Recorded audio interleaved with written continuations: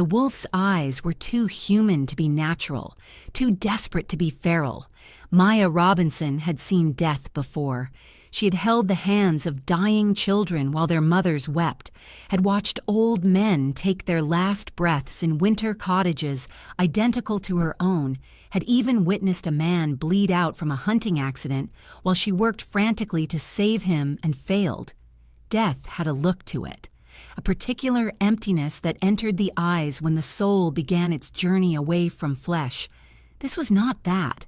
The massive creature sprawled in the snow before her was dying, yes. The cursed silver arrow protruding from its chest made that abundantly clear, the wound pulsing with an unnatural black and green luminescence that marked it as dark magic, not simple metal. Blood stained the pristine white snow in spreading crimson pools that steamed in the frigid air, and the creature's breathing came in shallow, labored gasps that misted like smoke in the winter twilight. But those eyes, those impossible amber eyes that tracked Maya's every movement with an intelligence that transcended anything animal. They held recognition, understanding, and something that made Maya's breath catch in her throat despite 14 years of training herself not to feel, not to care, not to let the world's cruelty touch her anymore. They held hope. Maya had ventured into the northern forest that evening for winter berries, the hardy crimson fruits that grew even in the harshest cold and made a tea that could break fevers when nothing else would. The blizzard had come earlier than expected, howling through the skeletal trees, with a fury that suggested winter was done being merciful.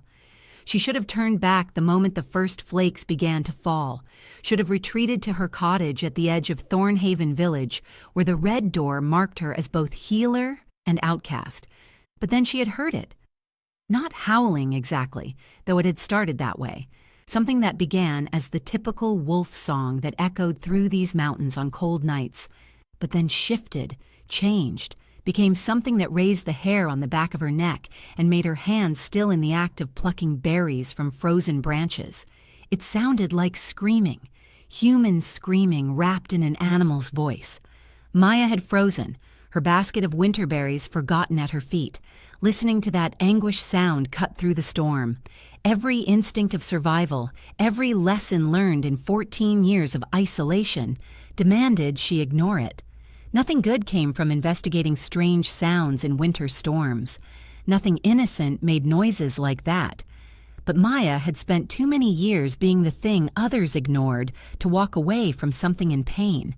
She had followed the sound through deepening snow, her healer's bag clutched against her chest, her breath coming in clouds of white vapor. The screaming had grown weaker as she walked, fading to whimpers and then to silence that was somehow worse. When she finally found the blood trail, her heart had sunk. So much blood. Great splashes of it across the snow, drag marks where something massive had crawled, desperate gouges where claws had torn at frozen earth, seeking purchase. The trail led through a small clearing ringed by ancient pines, their branches heavy with snow that muffled sound and created an almost cathedral-like hush. And at the center of that clearing, collapsed against the base of the largest pine, was the creature. 7 feet long from nose to tail, Maya estimated, though it was hard to tell with the way its body had curled in on itself in obvious agony. Silver-white fur covered most of its form, but the proportions were all wrong for a natural wolf. The bone structure was too heavy, the skull too large, the front limbs too long and jointed in ways that suggested they could manipulate objects with almost human dexterity. It was as though someone had taken a wolf and a man and merged them into something that belonged to neither world, trapped in an agonizing middle ground between beast and human. A hybrid.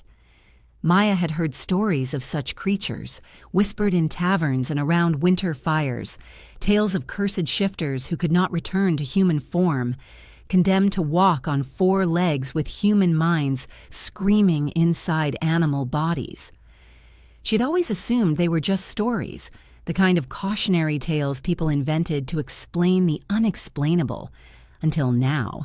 The cursed silver arrow had been driven through the creature's chest with terrible precision, angled to pierce what would be the heart in a normal wolf, but positioned slightly differently to account for the hybrid's altered anatomy.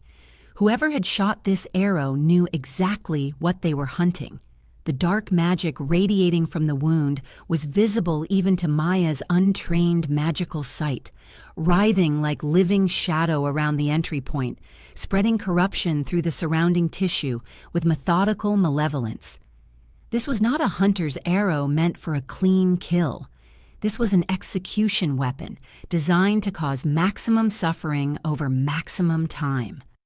Maya knelt slowly in the snow 3 feet from the creature, close enough to examine but far enough to run if those massive jaws decided she was a threat.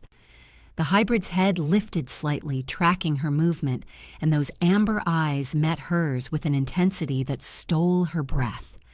She saw herself reflected in those eyes, something abandoned, something left to die, something the world had decided was too different, too dangerous, too other to deserve mercy. Maya knew that look. She had seen it in her own mirror for 14 years. The creature made a sound, low and broken, that was unmistakably a whimper of pain, not aggressive, not warning, just pain, pure and terrible, and the quiet resignation of someone who had given up hope of rescue. Its eyes never left hers, and in that gaze Maya read a question as clearly as if it had been spoken aloud. "Will you leave me too?"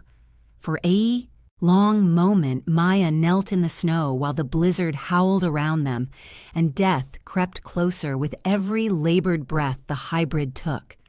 Every rational thought in her mind screamed at her to walk away. This was not her problem. This creature was dangerous, cursed, probably being hunted by whoever had put that arrow in its chest. Getting involved would bring nothing but trouble to her door, and she had enough trouble simply existing as Thornhaven's blood healer. The villagers tolerated her because they needed someone who could set bones and birth babies and brew medicines that kept winter illnesses from becoming death sentences. But they feared her too, feared the crimson glow that sometimes emanated from her hands when she worked, feared the way she could sense sickness in blood and bone, feared the old magic that ran through her veins from a grandmother who had been more than just a simple healer.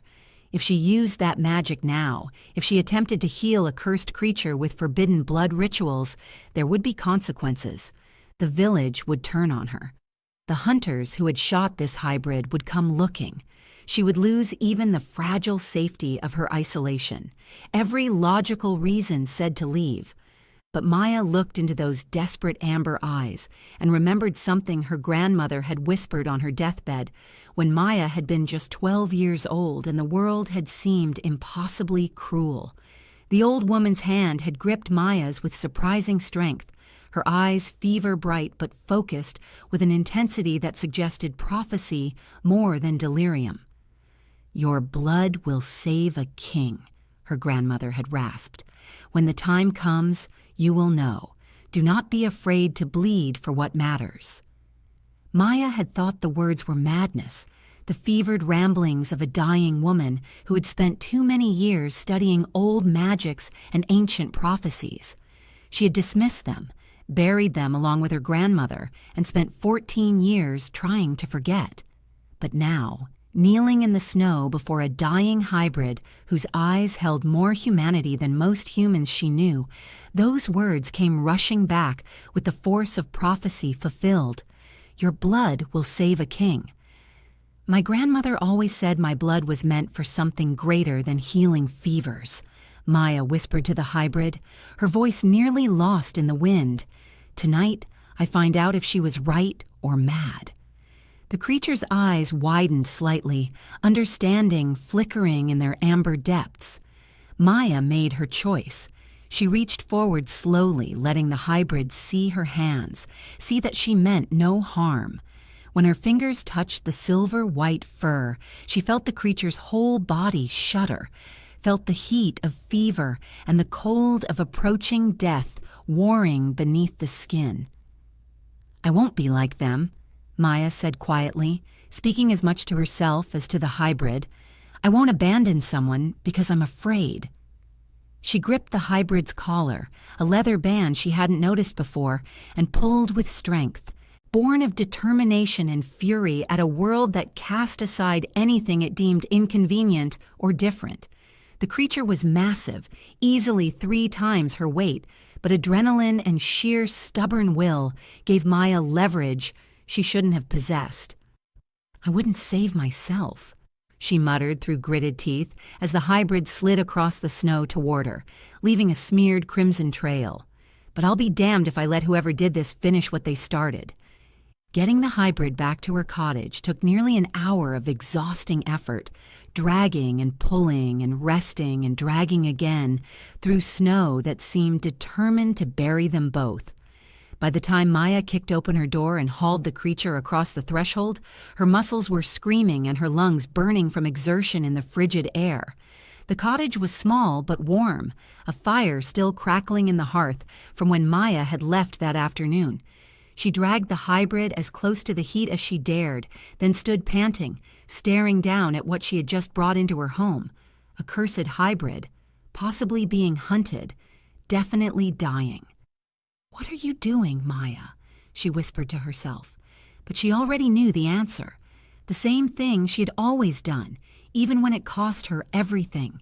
The right thing, even when it was the stupid thing. Maya descended into the hidden cellar beneath her cottage, a space known only to her, where her grandmother had taught her the old magics that proper healers would never touch. Blood magic. The forbidden art of healing through sacrifice, through the offering of one's own life essence to mend what conventional medicine could not. She gathered what she needed with hands that shook only slightly, a silver ritual blade, its edge honed to molecular sharpness, candles made from beeswax and winter bloom, their flames meant to anchor magic, and her grandmother's grimoire, the pages filled with spells written in blood script that only those with the gift could read. When Maya emerged, she found the hybrid's eyes on her, watching with that same terrible intelligence. It knew what she was about to do, and it was terrified. So was Maya, but she knelt beside the creature anyway, laid out her tools with the precision of someone who had performed complicated procedures under terrible conditions, and took a deep breath to steady herself. "This will hurt," she said quietly. "Both of us. But if it works, you live. If it doesn't, at least you won't die alone." The hybrid made a sound that might have been agreement or might have been resignation. Maya couldn't tell. She picked up the silver blade, felt its familiar weight in her palm, and positioned it over her left hand. The ritual required fresh blood, freely given, offered with intent and sacrifice. One did not simply cut oneself and pour blood on a wound. That was butchery, not magic. Maya closed her eyes and thought of every person she had failed to save, every life that had slipped through her fingers despite her best efforts, every moment of helplessness she had endured, while death claimed those she tried to protect. She thought of her grandmother's prophecy, of 14 years spent in isolation, waiting for a purpose that never came. And she thought of the hybrid's eyes, so desperate and so human, begging for a mercy the world had denied it. With one swift motion, Maya drew the blade across her palm. The cut was deep and precise, slicing through skin and flesh to the vessels beneath. Blood welled instantly, glowing with that distinctive crimson light that marked her as something other than a common healer. She positioned her bleeding hand above the cursed arrow wound and let her blood drip directly onto the corruption festering there. The effect was instantaneous and catastrophic. Light exploded from the point of contact, crimson and silver intertwining in a spiral that illuminated the cottage like a second sun. Maya gasped as power surged through her, not flowing out but rushing in, a connection snapping into place with almost audible force. She felt the hybrid's pain as though it were her own, felt the dark magic of the curse, writhing like serpents through its body, felt the desperate struggle for survival happening in blood and bone and spirit. And then she felt something else, something that made her heart stop and her breath catch and her world tilt on its axis. Recognition, soul deep and absolute. A bond forming that transcended flesh and blood and logic, something ancient and powerful clicking into place like the final piece of a cosmic puzzle. On Maya's left wrist, beneath the still bleeding cut on her palm, a mark appeared. Silver ink that seemed to write itself into her skin, forming the shape of a wolf print surrounded by intricate Celtic knotwork. It burned and froze simultaneously, the sensation of being branded and blessed at the same moment. The hybrid convulsed, its back arching with a cry that was more human than animal. On its chest, visible now through the parted fur, a matching mark appeared. Not a wolf print, but a crimson rose, its petals unfurling across the creature's skin in impossible detail, thorns wrapping around the corruption of the cursed arrow. The arrow itself began to dissolve, the dark magic unraveling as Maya's uncorrupted blood coursed through the hybrid system.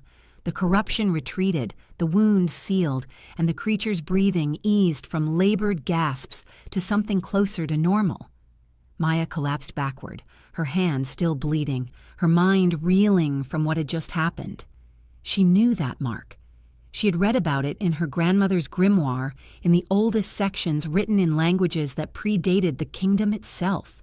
A mate bond, the rarest form of supernatural connection, reserved for those whose souls were destined to intertwine across lifetimes.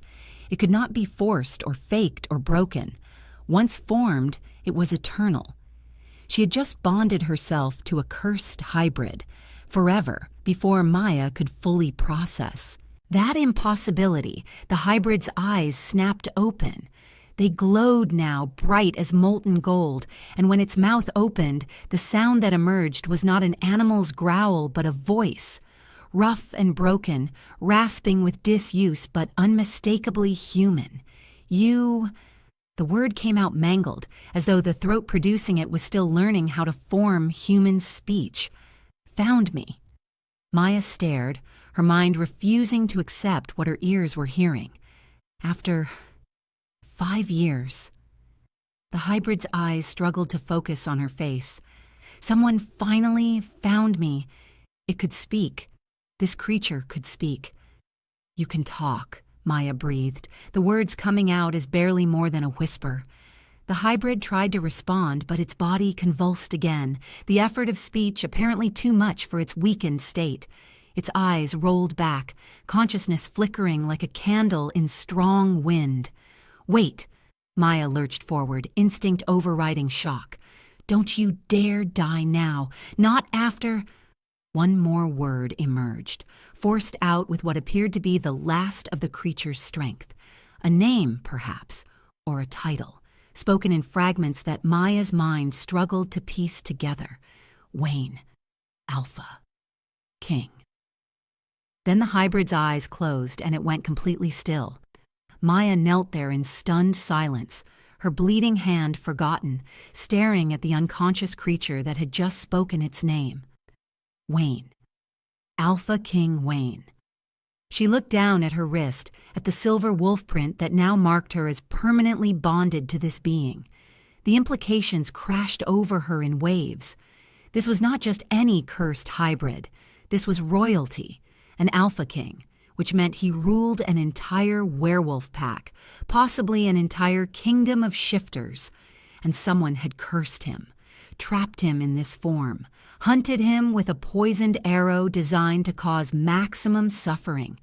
This was not simple cruelty. This was political assassination. Maya's mind raced through the implications. If Wayne was the rightful Alpha King, then whoever had cursed him had likely claimed the throne in his absence, which meant that throne would be defended, which meant hunters would be looking for Wayne, would be looking for anyone who helped him, would be looking for her.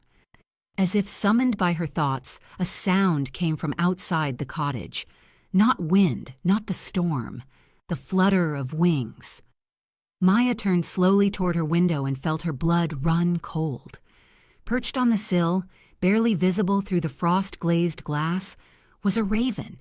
Its black eyes were fixed on her with an intelligence that was definitely not natural. Someone was watching. Someone had seen the explosion of crimson and silver light that had accompanied the mate bond's formation. Someone knew where Wayne was. Someone was coming. Maya looked down at the unconscious hybrid, at the mate bond mark on her wrist, at the blood still dripping from her palm. She had thought she was just saving a dying creature.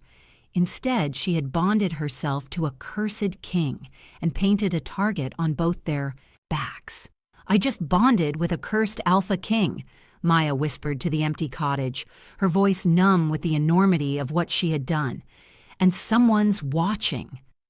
Outside, the raven spread its wings and disappeared into the storm, carrying news of Wayne's location to whoever had sent it. The hunt was about to begin. Maya didn't sleep that night.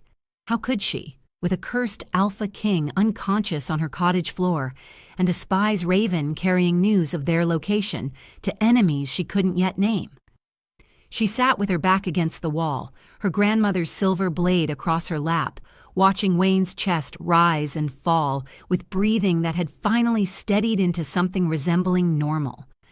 The mate bond mark on her wrist pulsed in time with his heartbeat. She could feel it now that the initial shock had worn off, a connection that went deeper than blood or bone. It was as though a thread had been woven between their souls, allowing her to sense his presence even without looking, to feel the echo of his pain as a distant ache in her own body. When exhaustion finally claimed her in the hours before dawn, Maya's hand was still resting on Wayne's silver-furred shoulder. The moment her fingers made contact with his unconscious form, the mate bond surged with sudden intensity, and the world dissolved around her. She was falling, not physically, but mentally, spiritually, tumbling through a connection that pulled her deep into Wayne's memories with the irresistible force of a riptide dragging a swimmer out to sea. Maya tried to resist, tried to pull back, but the bond had other intentions. It wanted her to see, needed her to understand. The vision solidified around her with devastating clarity. She stood in a throne room that made Thornhaven's modest village hall look like a peasant's shack. Vaulted ceilings soared overhead, supported by columns carved to resemble ancient trees, their stone branches intertwining to form a canopy of eternal autumn leaves, rendered in gold and amber and crimson. Torches burned in sconces along walls hung with tapestries depicting the history of the werewolf kingdoms. Great battles and greater triumphs woven in thread that seemed to move in the flickering light. And at the center of it all, standing before a throne carved from a single massive oak, was Wayne. Not the broken hybrid dying in the snow, not the half-shifted creature currently unconscious on her cottage floor. This was Wayne, as he had been 5 years ago, before the curse, before the betrayal. He stood tall and proud in ceremonial armor that gleamed silver in the torchlight, his dark hair pulled back to reveal a face that was achingly handsome, strong-jawed and sharp-featured, with those same amber eyes that had begged Maya for mercy in the forest. He looked like a king. He looked like someone who had been born to rule. An elderly man in robes that marked him as high priest was placing a crown on Wayne's head, an intricate circlet of silver and moonstone that caught the light and seemed to glow with inner radiance. The assembled crowd, hundreds of werewolves in their finest dress, erupted in cheers that shook the throne room's foundations. "Long live Alpha King Wayne Isaac," they chanted. "Long live the king!" Maya watched Wayne's face as he accepted the crown, saw the mixture of pride and humility and determination that crossed his features. This was a man who took his responsibilities seriously, who understood the weight of what he was accepting. Standing to Wayne's right, just behind the throne, was another man, younger than Wayne by perhaps 2 years, with similar features but a leaner build and eyes that were cold gray instead of warm amber. He wore the formal attire of royal family, and when he smiled at Wayne's coronation, the expression never quite reached his eyes. Damien Corvus. Maya knew his name the way one knows things in dreams, information flowing through the mate bond along with the vision. Wayne's half-brother, son of the previous Alpha King and a minor noble's daughter, while Wayne had been born to the king's true mate and queen. Second in line to the throne his entire life, always standing in Wayne's shadow, always watching, always waiting. The ceremony concluded with traditional toasts, ceremonial wine poured from an ancient silver vessel that had served at coronations for centuries. Wayne accepted his goblet with a smile, raising it to the assembled crowd. "To the kingdom," he declared, his voice strong and clear, "and to the peace and prosperity we will build together." He drank deeply, and Maya saw it, the microscopic flinch, the way Wayne's expression faltered for just a fraction of a second as the wine touched his tongue. It tasted wrong, bitter beneath the sweetness, acrid in a way that ceremonial wine should never be. But he was mid-toast, surrounded by hundreds of witnesses, and to spit out the wine would be the gravest of insults to tradition and to those assembled. So Wayne swallowed, forced his smile back into place, and continued with the ceremony even as Maya saw his hand tighten on the goblet, knuckles going white with sudden tension. Poison. The word echoed through Maya's consciousness, coming from Wayne's own realization in that moment. He had been poisoned at his own coronation. The ceremony continued for another 20 minutes while Wayne stood there, his face composed, but his body beginning to betray him with tremors he fought to conceal. When the final blessing was pronounced and the crowd began to disperse, Wayne turned toward the private chambers behind the throne, his steps measured and careful. He made it 3 steps before his legs buckled. Gasps erupted from those close enough to see. Guards rushed forward to catch their king before he hit the marble floor, but Wayne's body was already convulsing, muscles spasming as whatever poison he had ingested began its terrible work. And then she appeared. From the shadows behind the throne, a figure emerged that made Maya's blood run cold even though she was only witnessing a memory. The woman was ancient, her face a network of wrinkles that suggested centuries rather than mere decades, but her eyes burned with power that was anything but weak. She wore robes the color of dried blood, and when she raised her hands, the air itself seemed to ripple with dark magic. Morgana fell. The name came to Maya through the bond, along with a surge of Wayne's terror and rage. Court witch, Damien's secret ally, architect of this betrayal. "By blood spilled and oath broken," Morgana chanted, her voice carrying across the throne room with unnatural volume. "By crown stolen and power perverted, I bind thee, Wayne Isaac, to form not thine own." Wayne screamed as his body began to change. It was nothing like the smooth transformations Maya had heard described in stories, where shifters flowed effortlessly between human and wolf forms. This was violent, agonizing. Bones broke and reformed at angles that made Maya want to look away, even though she was powerless to do so. Fur erupted from skin that split and bled, his spine elongated with cracks that sounded like breaking branches. Through it all, Wayne's mind remained horrifyingly aware. Maya felt it through the bond, felt him screaming inside a body that was betraying him, felt his consciousness fragmenting as the curse dug its claws deep into his psyche and refused to let go. When the transformation finally finished, a hybrid creature stood where the Alpha King had been, too large for a wolf, too bestial for a man, trapped in an agonizing middle ground between both forms, and standing over him, smiling with cold satisfaction, was Damien. "The throne was always mine, brother," Damien said softly, his voice carrying to Wayne's still human ears. "You were just keeping it warm." He gestured to the guards, who stood frozen in shock and confusion. "The creature is rabid, cursed. Hunt it down and end this mercy." Some guards hesitated, loyalty warring with self-preservation. But others, those who had been in Damien's pocket for years, drew their weapons without question. Wayne ran, the rest of the vision fragmented into brief flashes. Years of running, of hiding in forests and caves, of his human mind slowly being eroded by the hybrid form's instincts, intelligence giving way to animal desperation, of near captures and narrow escapes, until finally the cursed silver arrow finding its mark in the forest north of Thornhaven, bringing Wayne down at last, bringing him to Maya. The vision released her with a force that snapped her back to consciousness, gasping. Maya jerked upright, disoriented and shaking, her heart racing from the residual terror of Wayne's memories. Dawnlight was streaming through her cottage window, painting the interior in shades of gray and gold. She had slept. The vision had carried her through the night.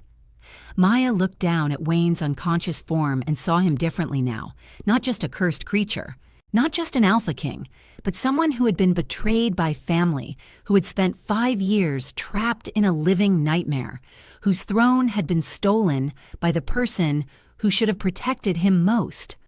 Her hand went to the mate bond mark on her wrist, tracing the silver wolf print that pulsed in time with Wayne's heartbeat. The bond wasn't just a connection anymore. It was a shared burden. His enemies were now her enemies. His fight was now her fight. "I'm bound to a king," Maya whispered to the empty cottage, "and his enemies will come for me." As if in answer to her words, a sharp knock sounded at her door. Maya's hand went instinctively to the silver blade at her belt, but the voice that called out was familiar and ancient. "Child, I know you're awake. I saw what you did last night. We need to talk." Lady Iris. The village elder, a woman who had seen 70 winters and remembered things the younger generation had forgotten. She was one of the few people in Thornhaven who had never treated Maya with outright hostility, though whether that was respect or simply indifference, Maya had never been certain. Maya opened the door to find the old woman standing on her threshold, wrapped in layers of wool against the morning cold. Lady Iris's eyes, still sharp despite her age, moved past Maya to where Wayne lay unconscious, then to the mate bond mark visible on Maya's wrist. "So it's true," Lady Iris said softly. "You found your fated mate and activated your grandmother's blood. How did you—" Maya started, but the old woman waved her to silence. "Your grandmother was Oracle Priestess Celeste. Girl. Did you think she kept that secret from everyone?" Lady Iris pushed past Maya into the cottage, moving with surprising speed for someone her age. She knelt beside Wayne, examining him with the practiced eye of someone who had seen much in her long life. "Oracle Priestess?" Maya closed the door, her mind reeling. "My grandmother was a healer. She taught me herb lore and basic medicine. She taught you what you were ready to learn," Lady Iris interrupted. "The blood magic, the crimson glow. That wasn't common healing, Maya. That was the gift of the Oracle bloodline. Uncorrupted blood, we called it in the old days. Pure human lineage untouched by wolf genetics, unmixed with magical contamination. The rarest gift in all the kingdoms." Maya stared at her wrist, at the mate bond mark that shouldn't have been possible for a human. "What does that mean?" "It means your blood can't be manipulated by wolf magic, can't be corrupted by curses, can't be bound by the same rules that govern the supernatural world." Lady Iris stood, turning to face Maya with an intensity that made the younger woman take a step back. It means you're the only person alive who can break the curse on that Alpha King. And it means Damien Corvus will hunt you to the ends of the earth to prevent that from happening. The weight of those words settled over Maya like a physical thing. She looked down at Wayne, saw the steady rise and fall of his breathing, felt the pulse of the mate bond connecting them. Your blood is the only thing that can restore the true Alpha, Lady Iris continued. But understand this, child. The Usurper King has had 5 years to consolidate his power. He controls the throne, the military, the royal court, and he has spies everywhere. Spies? Maya's stomach clenched. In Thornhaven? There's a reason your grandmother hid what you are. A reason she taught you only the basics and made you promise never to reveal the full extent of your gift. Lady Iris moved to the window, peering out at the village beyond. Trust no one, Maya. Not the villagers, not the merchants, not even... Another knock at the door, this one louder and more insistent. Maya! A male voice called out. Maya, open up! We need to talk about what happened last night. Lady Iris's eyes narrowed. Especially not him. Maya opened the door to find Thomas Wexford, the village's other healer, standing on her threshold. He was 45, competent enough with conventional medicine, but possessing none of the blood magic that marked Maya as different. They had maintained a professional courtesy over the years, 2 healers in a small village finding ways to coexist. But the expression on Thomas's face now was not cordial. It was shocked and afraid, and if Maya was reading him correctly, calculating. Is that? Thomas's eyes had found Wayne through the open door. Maya, is that a hybrid? Inside your cottage? He was dying, Maya said flatly. I helped him. Helped him? Thomas's voice rose with what seemed like genuine panic. Maya, you've endangered us all. Hybrids are cursed creatures, unpredictable and dangerous. You need to turn him over to the authorities immediately before... Before what? Maya challenged. Before I save his life? Too late. Thomas's jaw worked, frustration and something else flickering across his features. You don't understand what you've done. The law is clear. Cursed creatures must be destroyed. If word gets out that you're harboring one, then perhaps word shouldn't get out, Lady Iris interjected, her voice carrying the weight of authority that came from 7 decades of commanding respect. Thomas's eyes flicked to the elder, and some of his bluster faded. Lady Iris, I didn't see you there. Surely you understand the danger. What I understand is that Maya Robinson is a healer, and healers heal. The creature is no threat in its current state. Lady Iris's tone brooked no argument. Go about your business, Thomas. This doesn't concern you. For a moment, Thomas looked like he wanted to argue. Then his expression shifted, became carefully neutral. Of course. My apologies for the intrusion. I was simply concerned for the village's safety. He left, but Maya caught the way his eyes lingered on Wayne one last time before the door closed, and through the window she saw something that made her blood run cold. Thomas walking quickly toward the edge of the village, pulling something from his coat, releasing a raven into the morning sky. The bird circled once, then flew south toward the capital with purposeful speed. He's the spy, Maya breathed. Of course he is, Lady Iris said grimly. Damien has had 5 years to plant agents throughout the northern territories. Thomas Wexford has been reporting on unusual magical activity in this region for at least 3 of those years. I suspect he's been watching you specifically, waiting for you to reveal the full extent of your powers. And I just did. Maya felt sick. Last night's ritual, the crimson light, he would have seen it. Damien knows where you are now, knows what you are, knows that his cursed brother has found the one person who can restore him. Lady Iris moved toward the door. You have perhaps a day before hunters arrive. Maybe less. Use it wisely, child. The old woman paused at the threshold, looking back at Maya with something that might have been pity or might have been respect. Your grandmother believed you were meant for great things. I think she was right. But great things often come with terrible costs. Be ready to pay them." Then she was gone, leaving Maya alone with an unconscious Alpha King and the knowledge that time was running out. As if to emphasize that point, Wayne's body suddenly convulsed.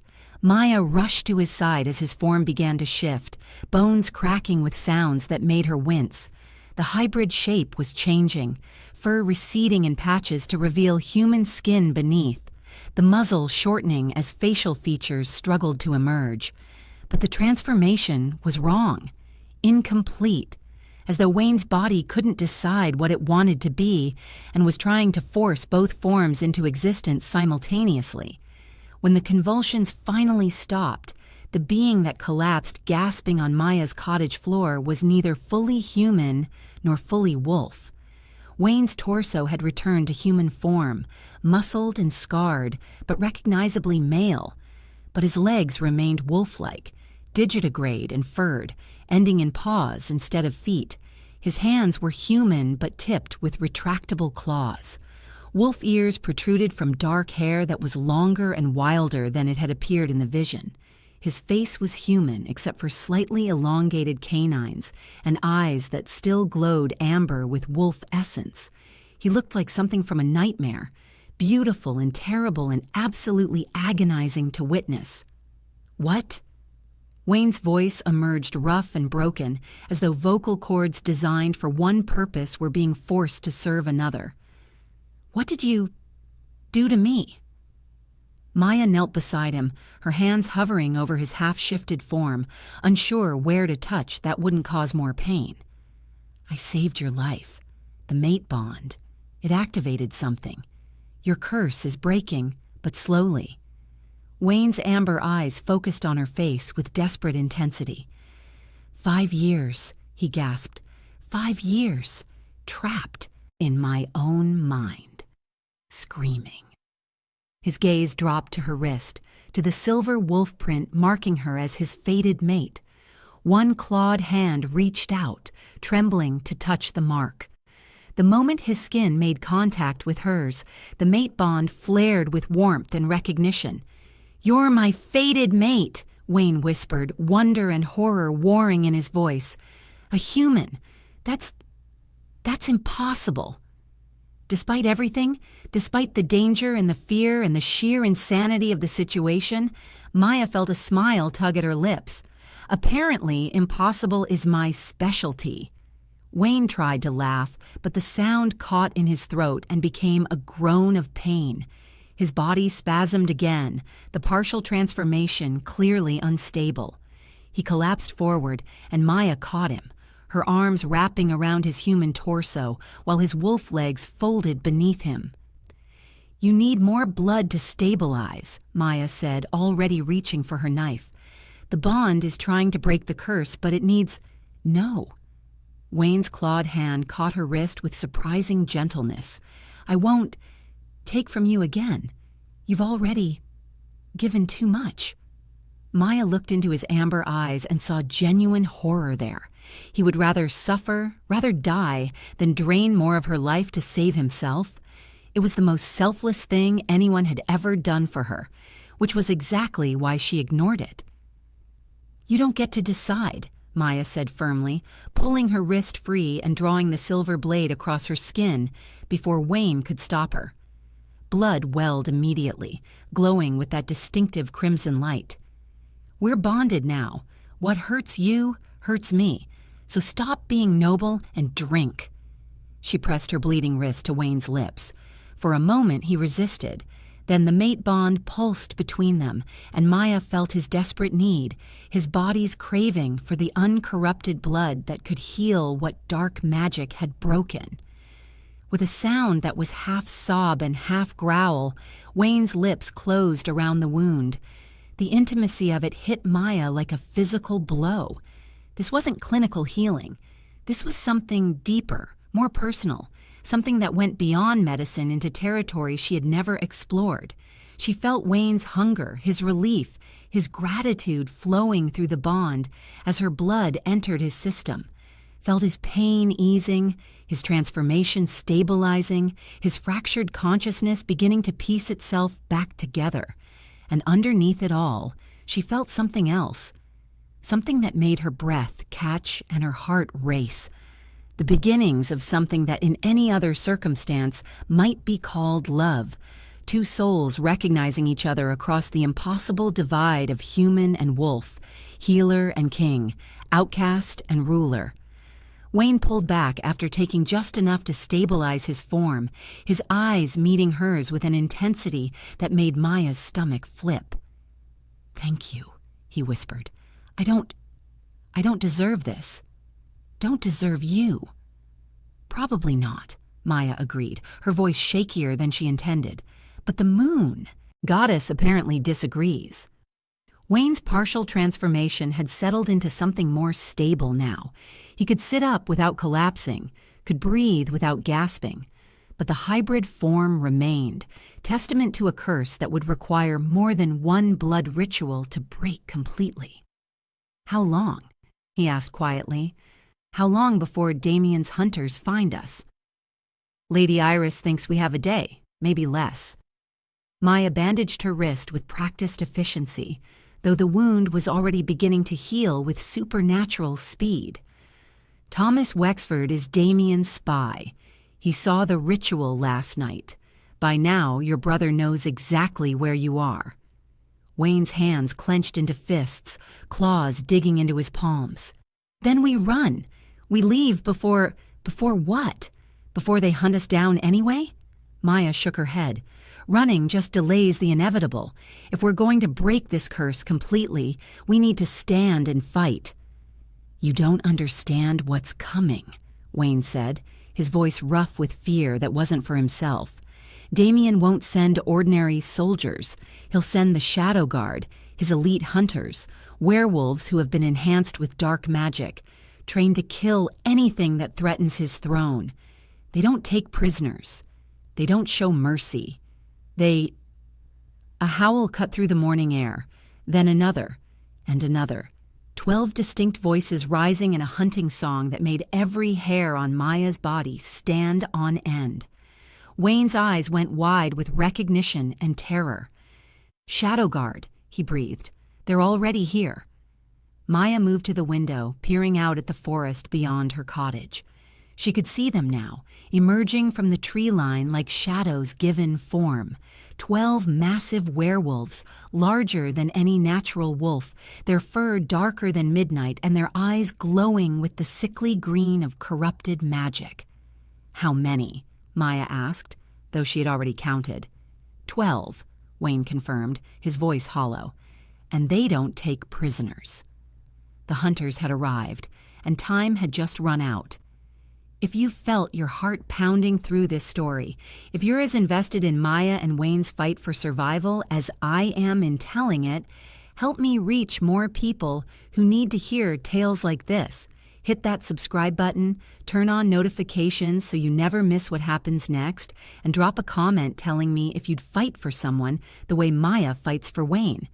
Because things are about to get brutal, and I want you here for every second of it. The lead Shadow Guard, a beast even larger than the others with a scar running across his muzzle, threw back his head and released a howl that shook the cottage's foundations. It wasn't just a sound, it was a declaration. The hunt was on. Maya had perhaps 30 seconds before the Shadow Guard reached her cottage. 30 seconds to prepare for a battle she had no business surviving. "Wayne, can you fight?" she asked, already moving toward the hidden compartment beneath her floorboards where she kept her grandmother's more dangerous tools. Wayne struggled to his feet, his hybrid form still unstable, but driven by desperate necessity. "I can barely stand," he admitted, his clawed hands gripping the wall for support. "But I'll die before I let them take you." "Nobody's dying today," Maya said with more confidence than she felt. She pulled up the loose floorboard and extracted 3 glass vials filled with her own blood, preserved with salt and winter bloom to prevent coagulation. Her grandmother had taught her to always keep reserves for emergencies. This definitely qualified as an emergency. "What are those?" Wayne asked, watching as Maya positioned the vials at strategic points around the cottage. Insurance. Maya grabbed a ritual knife and made a fresh cut across her forearm, letting blood flow into a shallow bowl carved with ancient runes. The crimson liquid began to glow immediately, responding to her intent. Shadowguard are enhanced werewolves, right? What are their weaknesses? They're nearly unstoppable in direct combat, Wayne said grimly. Faster than normal wolves, stronger, enhanced with dark magic that makes them resistant to conventional weapons. Damien spent years perfecting them. They're his answer to any threat. That's not what I asked. Maya dipped her fingers in the glowing blood and began drawing symbols on the cottage walls. I asked what their weaknesses are. Wayne watched her work, understanding dawning in his amber eyes. They're still wolves. Enhanced, yes, but fundamentally wolf, which means silver still burns them, magic still affects them, and they rely on pack tactics, which means if we can break their formation, we can survive this. Maya finished the last ward symbol and stepped back to examine her work. Crimson runes glowed on all 4 walls, connected by lines of power that thrummed with barely contained energy. I've survived being hunted before, Wayne. The difference is, this time I'm not alone. The lead shadow guard's howl cut off mid-note. A voice replaced it, rough and commanding, carrying the weight of someone accustomed to being obeyed. "We know you're in there, Pretender King," the voice called out. "And we know the Blood Witch is with you. Surrender now, and Lord Damien promises a quick death. Resist, and we'll make you watch each other suffer before the end." Maya moved to the window and saw them clearly now.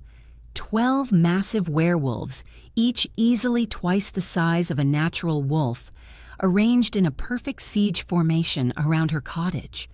Their black fur seemed to absorb light, making them look like holes torn in reality. And at their head stood the largest, a beast with a scarred muzzle and eyes that glowed sickly green with corrupted magic. Commander Steel Raven. The name came to Maya through the mate bond, pulled from Wayne's memories. Damien's champion, leader of the Shadow Guard, personally responsible for hunting down anyone who threatened the usurper's throne. "Your answer, Pretender," Steel called out. Wayne pulled himself upright, drawing on reserves of strength he shouldn't have possessed. When he spoke, his voice carried the authority of an Alpha King, even trapped in hybrid form. "Tell my brother that his pet dogs will need to do better than this." Steele's response was a howl that signaled attack. The Shadow Guard moved with synchronized precision, 6 breaking through windows simultaneously, while the other 6 crashed through the door and walls. They weren't just attacking, they were overwhelming, trying to prevent any coordinated defense, but Maya had prepared for exactly that. "Now!" she shouted, and the blood wards activated. Crimson light exploded from the rune-marked walls, forming a barrier that caught 4 Shadow Guard mid-leap and flung them backward with bone-breaking force. The blood magic burned where it touched corrupted flesh, and the wolves' howls of pain were deeply satisfying, but 8 still made it through. Wayne met the first 2 with hybrid fury that was beautiful and terrible to witness. His human mind directed his wolf body with strategic precision no pure animal could match, ducking beneath one Shadow Guard's lunge while his claws opened the second's throat. He moved like water, like violence given form, every motion economical and devastating. Maya grabbed one of her prepared blood vials and hurled it at the nearest Shadow Guard.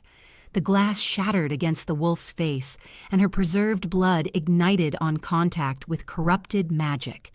The Shadow Guard screamed as crimson fire ate through its muzzle, the uncorrupted blood acting like acid against dark magic-tainted flesh.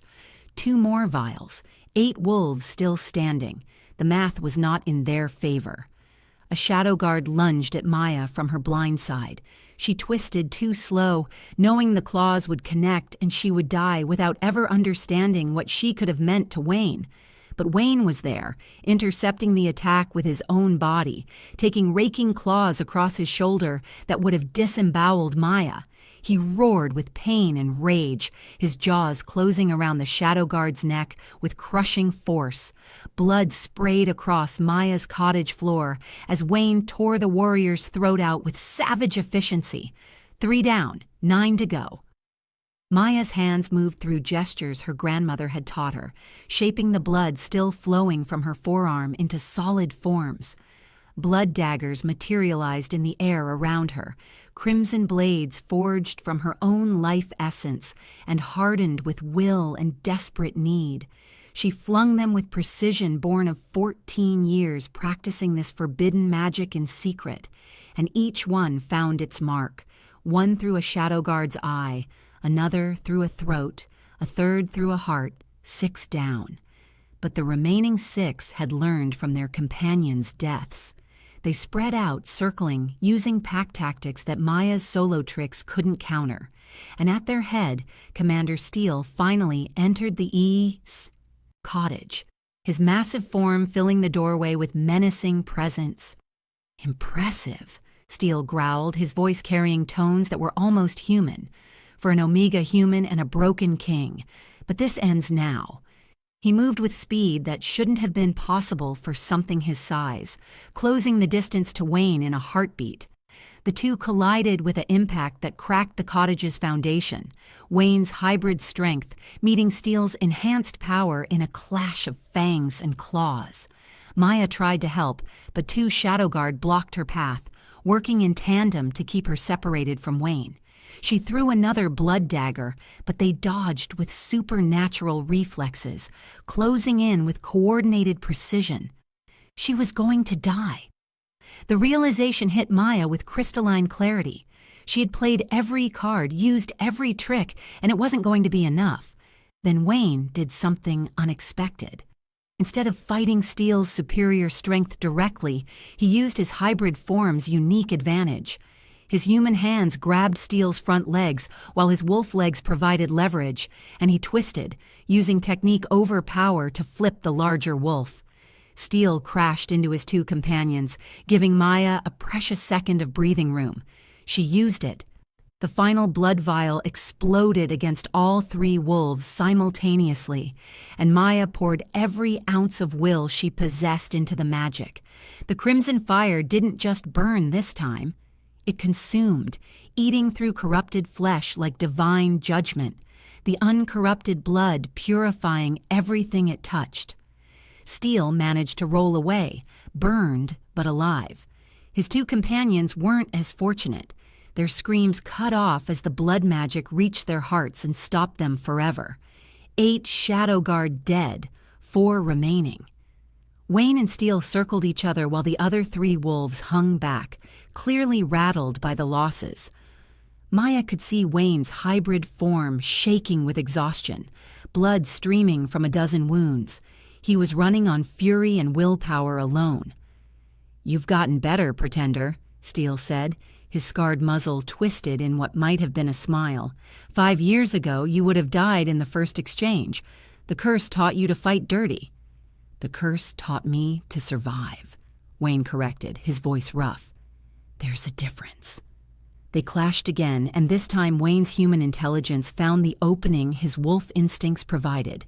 He feinted left, drew Steele's counter, then drove his claws through a gap in the commander's guard.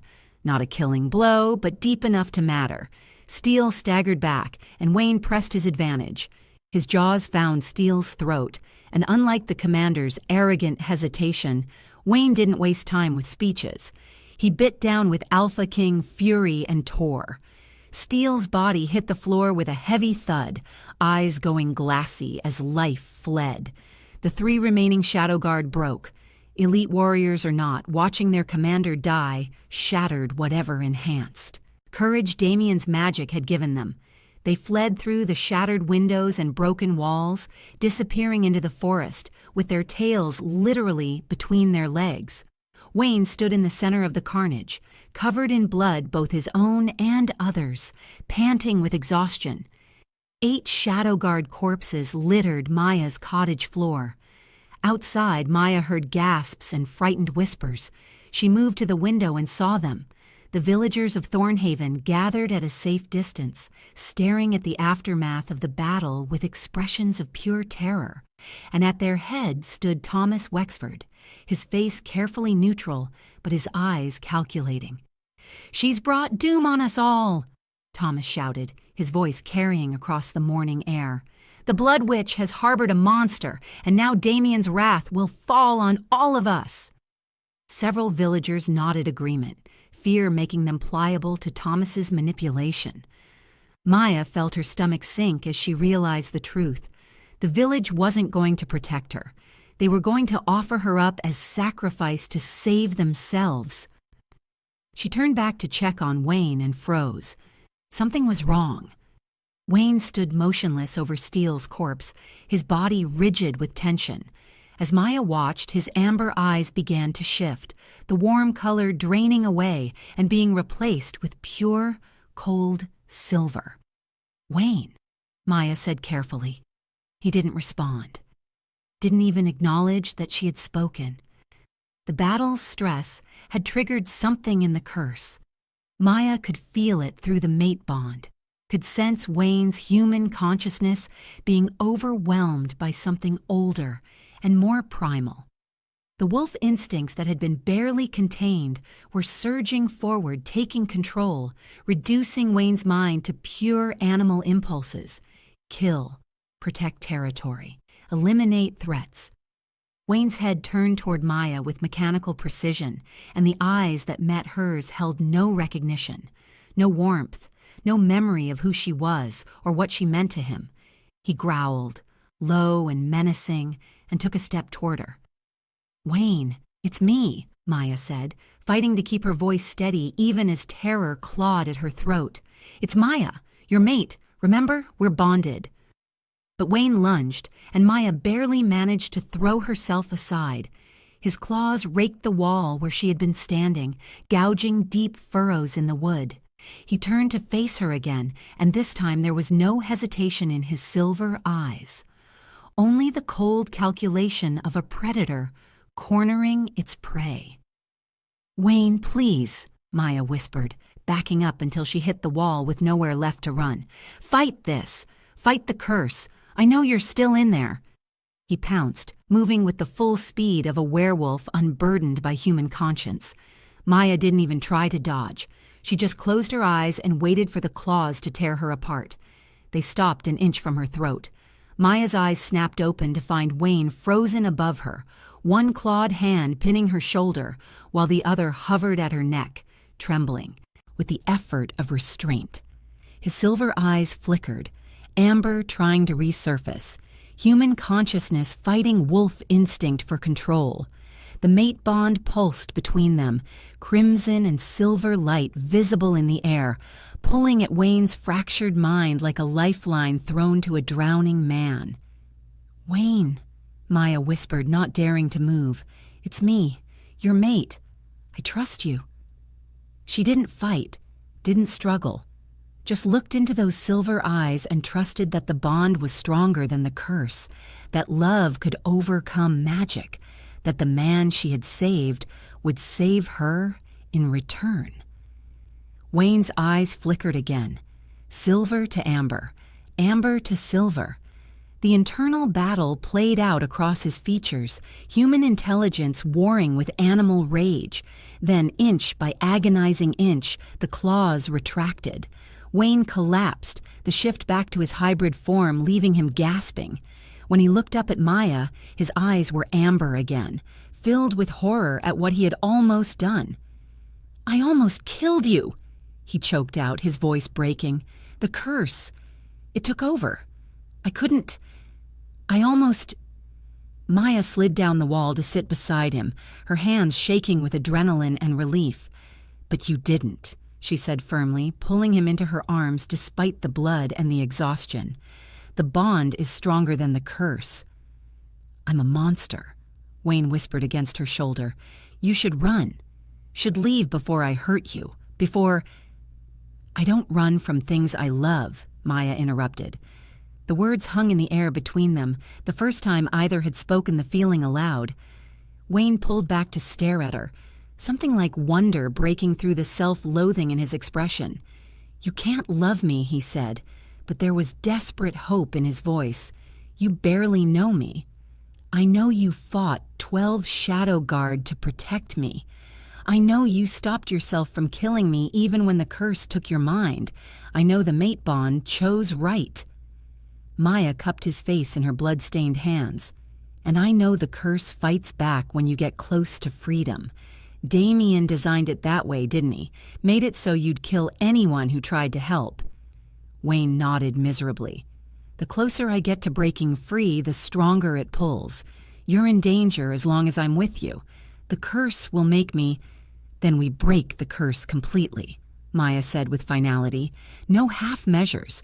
No more letting Damien control your fate." "How?" Wayne asked. "I've tried for 5 years." The cottage door opened, and Lady Iris entered, stepping carefully over Shadow Guard corpses. She carried a velvet bag that seemed to pulse with inner light, and her expression was grim. "I know how," the old woman said.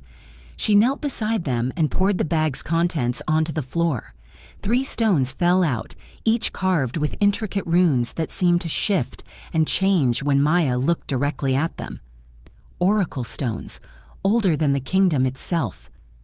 Lady Iris's fingers traced the blood script carved into their surfaces, her lips moving as she read words that predated common language. When she looked up, her eyes were solemn. "The crimson moon rises in 3 days," she said, "a rare celestial event that occurs once every 50 years. When its light touches the earth, blood magic is amplified 100-fold. That's when you can break the curse completely." 3 rituals, Lady Iris continued, reading from the stones. The first, blood of the forearm, to awaken human consciousness fully. The second, blood of the wrist, to restore transformation ability. And the third, she paused, her voice heavy, blood of the heart, to break the curse completely and sever Damien's hold forever. "Blood of the heart?" Maya repeated slowly. "You mean you must pierce your own heart during the ritual," Lady Iris confirmed. "Let your blood flow directly from the source of your life. It's the only way to generate enough uncorrupted power to shatter a curse this strong." Wayne's face went white. "No, absolutely not. That's a death sentence."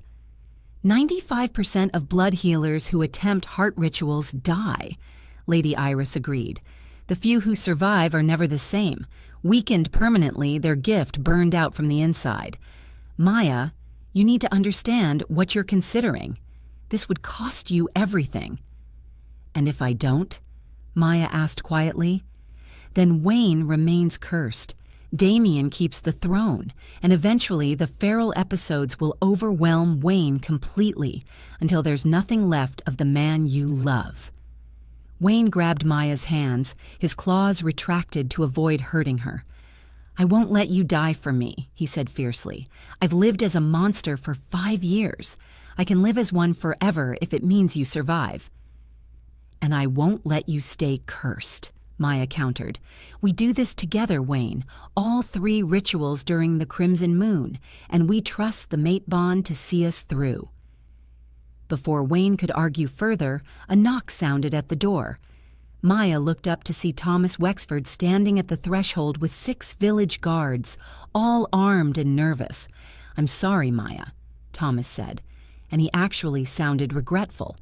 "But Lord Damien has offered protection for the village, protection from the consequences of harboring the pretender king.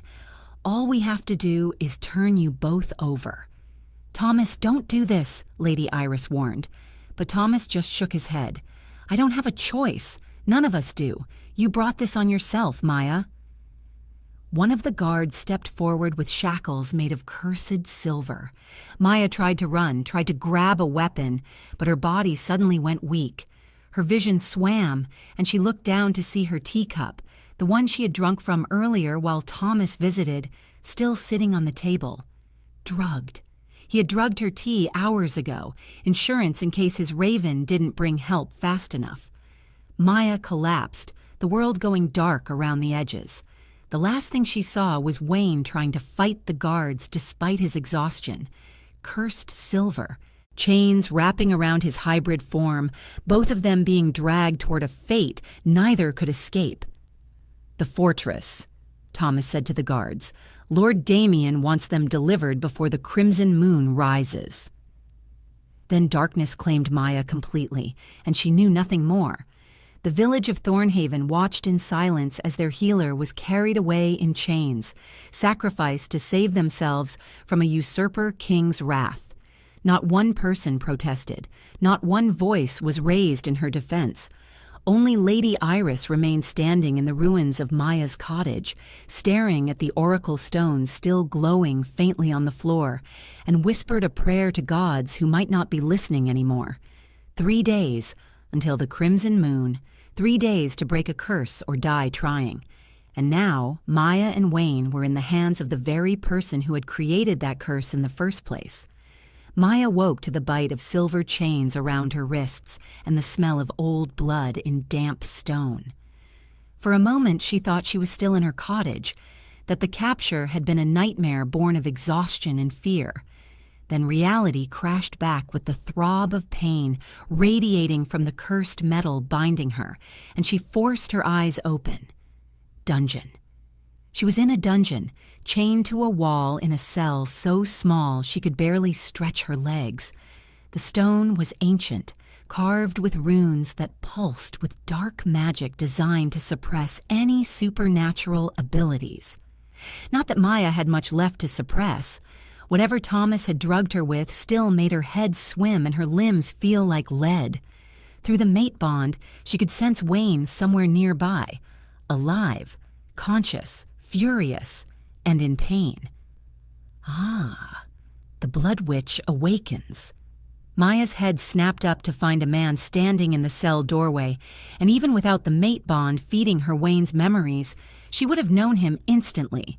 The resemblance to Wayne was too strong to be coincidence, though this man's features held a cruel cast that Wayne's had never possessed.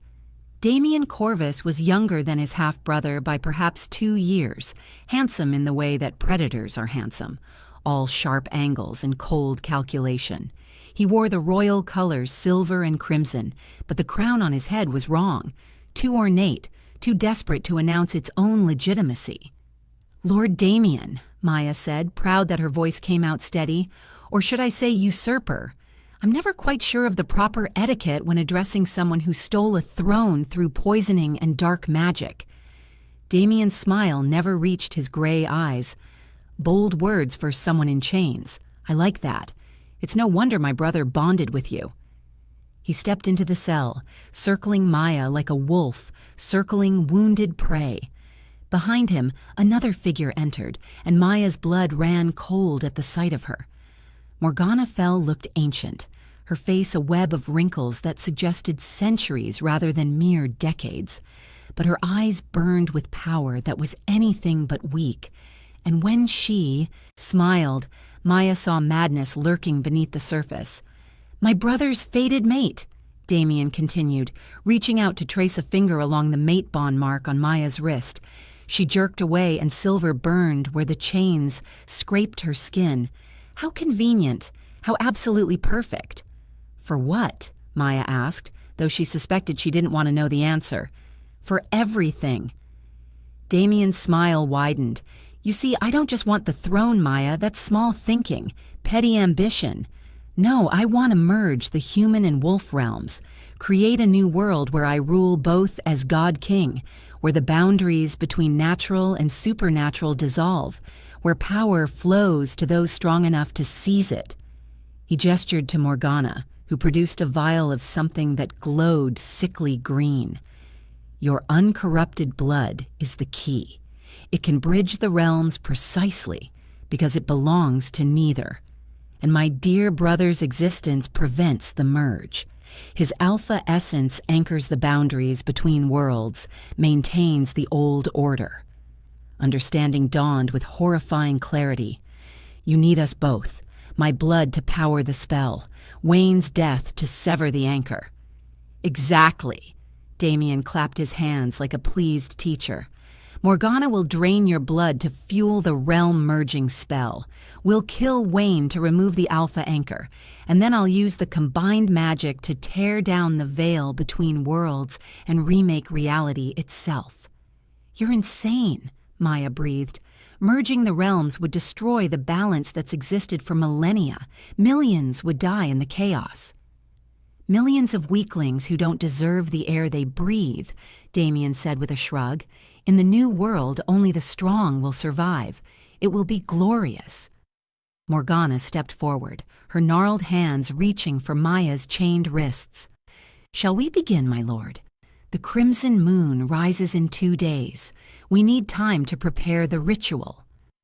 Pain exploded through Maya's body as Morgana touched her, silver magic burning like acid through her veins.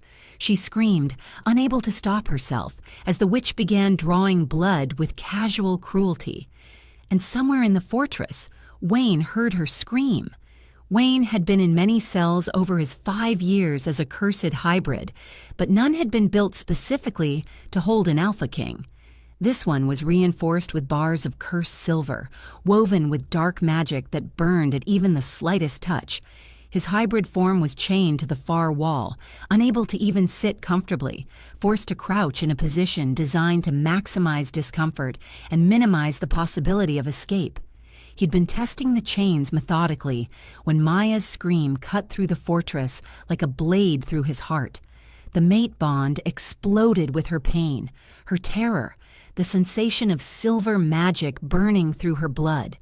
Wayne could see through their connection, could feel Morgana's torture as though it were happening to his own body, could sense Maya's desperate attempt to stay strong even as the witch carved shallow cuts across her arms and laughed at the crimson blood that welled up. "No," Wayne growled, pulling against the chains with strength that should have been impossible in his weakened state.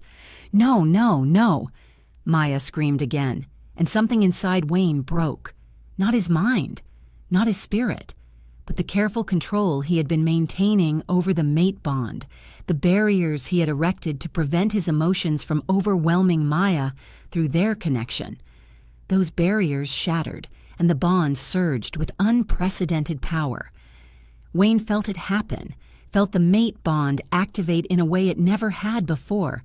Instead of just sharing emotions and sensations, it began drawing on Maya's very essence, pulling her blood magic through their supernatural connection and channeling it directly into Wayne's hybrid form. Crimson light exploded from Wayne's chest, where the mate bond mark glowed like a brand. His body convulsed as Maya's uncorrupted blood magic merged with his wolf nature, creating something that had never existed before. A hybrid enhanced not just with curse magic, but with the power of an oracle priestess bloodline. The cursed silver chains held for approximately 3 seconds. Then Wayne's alpha roar shattered them like glass. The sound cracked the fortress's stone walls, sent guards stumbling backward in terror, and announced to everyone within a mile that an Alpha King was loose and absolutely done, being merciful.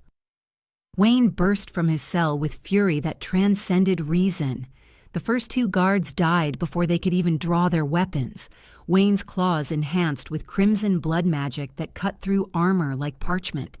The next 5 died trying to block the corridor, their bodies thrown aside with hybrid strength that no longer had any need for restraint. 50 soldiers answered the alarm, flooding the corridor with drawn blades and terrified determination. Wayne tore through them like a force of nature, like vengeance given form, his mind focused on a single thought that pulsed with every beat of his heart. Maya. Save Maya. Nothing else matters. His claws dripped crimson and silver light as they found throat after throat. His fangs tasted blood that he didn't register, couldn't process beyond the simple fact that these people stood between him and his mate. The hybrid form that had been a curse for 5 years became a weapon, human intelligence directing wolf savagery with devastating precision. A lieutenant tried to organize a defensive line. Wayne went through it like it wasn't there. A mage attempted a binding spell. The blood magic radiating from Wayne's body burned the dark magic to ash before it could take hold. By the time Wayne reached the dungeon entrance, he was covered in blood and the fortress walls bore the marks of his passage. 50 soldiers had tried to stop him. None had succeeded. Most would never try anything again. He burst into the dungeon to find Maya chained to the wall. Morgana fell, standing over her with a ritual knife, Damien watching with detached interest. "Wayne!" Maya's voice was weak but alive, and relief flooded through the mate bond so powerfully it almost drove Wayne to his knees. Instead, he charged. Damien shifted to wolf form and intercepted, but Wayne's blood magic-enhanced strength caught him off guard. Wayne's claws raked across his brother's face, drawing first blood and sending Damien stumbling backward with a yelp of pain. Morgana began chanting, dark magic gathering around her like a storm. Wayne ignored her, reaching for Maya's chains and tearing them from the wall with hybrid strength that bent metal like clay. "You came!" Maya gasped as he caught her before she could fall.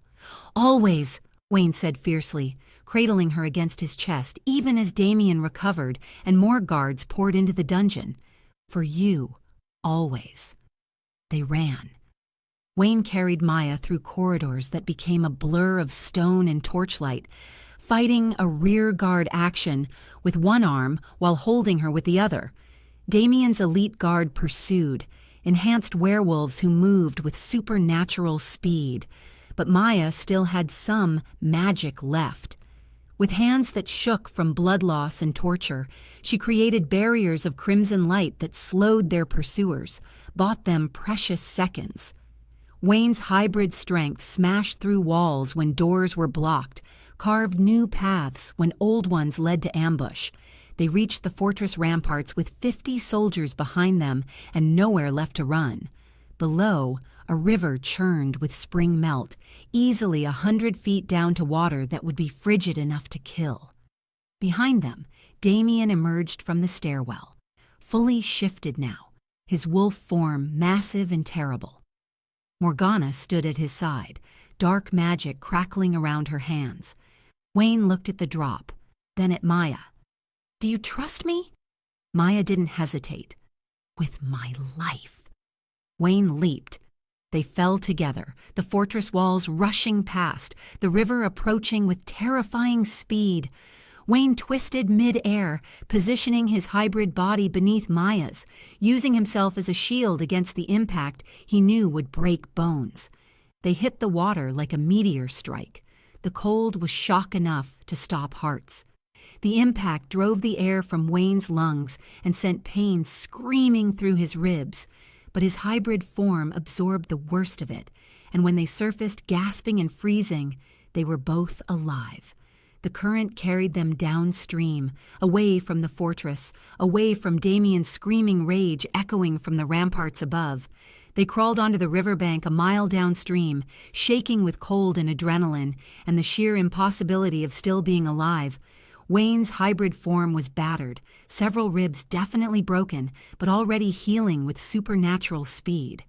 Maya was worse. The torture had taken its toll, and the river's cold had sapped what little strength she had left. She collapsed against Wayne's chest, barely conscious, her skin too pale and her breathing too shallow. "We need shelter," Wayne said, looking around desperately. The forest stretched in all directions, but in the distance he could see a structure. Old stone walls half hidden by overgrowth, an abandoned chapel, perhaps, or a shrine long forgotten. He carried Maya there, kicking open the rotted door to find a space that had once been holy, but now served only as refuge from the elements. Moonlight streamed through gaps in the roof, and when Wayne looked up, his breath caught. The crimson moon. It hung low on the horizon, impossibly large and tinged with red that seemed to pulse with supernatural power. But it shouldn't be visible yet. The crimson moon wasn't supposed to rise for another day. "Celestial shift," Maya whispered, following his gaze. She pushed herself upright with visible effort, her healer's mind already understanding what Wayne was only beginning to grasp. The realms are already destabilizing from Morgana's preparations. The crimson moon is rising early." "What does that mean?" Wayne asked, though he suspected he knew. "It means we have to do the second ritual now," Maya said. "Tonight, before Damien finds us, before I'm too weak to complete it." "You're already weak," Wayne protested. "Maya, you can barely stand. This could kill you." "And waiting for Damien to catch us definitely will," Maya countered. She was already pulling herself to her feet, swaying but determined. "Help me gather stones for the ritual circle. We don't have much time." They worked together in the ruined chapel, Wayne arranging stones according to Maya's instructions while she prepared herself for what was to come. The crimson moon climbed higher, its light growing stronger, bathing the chapel interior in shades of red and silver that made everything look like a fever dream. Maya positioned herself at the circle's edge and drew her ritual knife across her wrist, not a shallow cut like before, but deep, opening the veins so blood flowed freely. It glowed crimson in the moonlight, responding to the celestial event with enhanced power. She poured her blood in runic patterns her grandmother had taught her, symbols that predated the kingdom and called on powers older than civilization itself.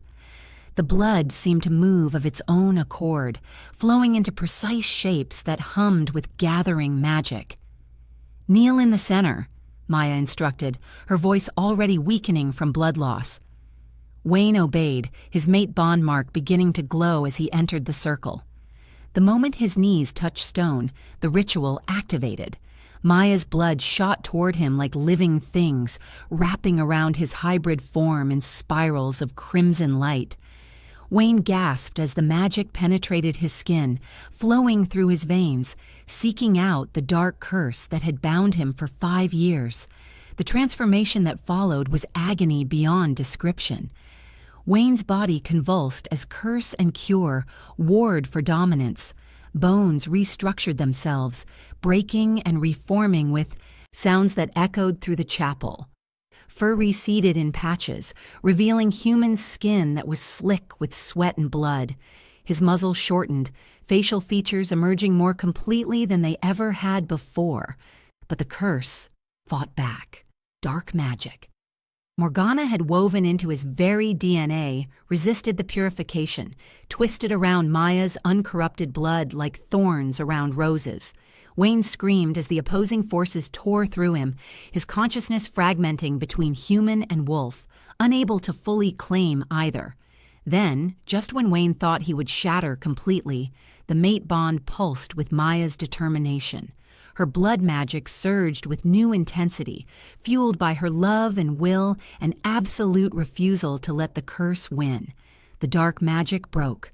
Wayne collapsed, gasping as his hybrid form dissolved, replaced by fully human features he hadn't seen in 5 years. He held up hands that were hands again, not claws, felt a face that was structured for speech instead of fangs. His reflection in a puddle of rainwater showed a man, not a monster. But even as he marveled at the transformation, Wayne felt the instability. The curse hadn't been destroyed, just suppressed. He could sense it lurking beneath the surface, waiting for weakness or stress to reassert control. "Can you shift?" Maya asked, her voice barely audible. Wayne concentrated, reaching for the wolf that had been forced on him for so long. This time, instead of being trapped, he felt choice. With an effort of will, he shifted to hybrid form, then back to human, then to hybrid again. Control. He finally had control over his transformations, but each shift brought pain, brought the sensation of the curse trying to reimpose its dominance. And each time, Wayne felt the mate bond pulse, felt Maya's blood magic stabilizing the transformation at cost to her own strength. "It worked," Wayne said, shifting back to human and crawling to Maya's side. "But it's not stable. Every transformation requires—" "My blood," Maya finished, swaying where she sat. The ritual had drained her severely, her skin pale as snow, her eyes unfocused. "Every shift needs my magic to keep the curse from reasserting control." Wayne caught her as she collapsed, cradling her against his chest with arms that were finally, blessedly human. "You're killing yourself to save me," he whispered, feeling tears sting his eyes for the first time in 5 years. "Not killing," Maya murmured, barely conscious. "Choosing. Big difference." "I love you," Wayne said fiercely, the words inadequate for what he felt, but the only ones he had. "I can't lose you. Not after everything." Maya's hand found his face, her touch weak but warm. "Then make sure we both survive this." Her eyes closed, unconsciousness claiming her, and Wayne held her while the crimson moon climbed to its peak outside the ruined chapel. He had just laid her down gently, was just beginning to think they might have bought themselves time to rest and plan, when he heard it. Footsteps. Hundreds of footsteps, the jingle of armor and weapons, the sound of an army surrounding their position. Wayne moved to the chapel entrance and felt his heart sink. Damien's forces filled the forest clearing, at least 100 soldiers, all armed, all enhanced with dark magic. And at their head stood Damien himself, back in human form, his face twisted with rage.